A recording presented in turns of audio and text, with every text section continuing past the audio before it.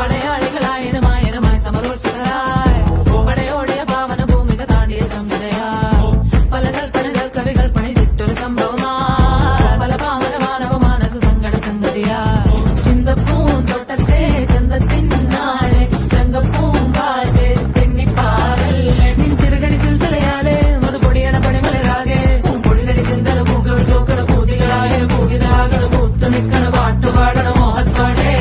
കന്മനത്തിലെ മണിയറയാകെ നിലമലരണി വന്നലയാലെ സുപ്രിയരസ പദനിസ സരിഗമ പദന സരതമതിലുലകമേ അതിഥ ഓടിച്ച സ്വർഗത്തിങ്കലെത്തിപ്പെട്ട എത്തിനാളെ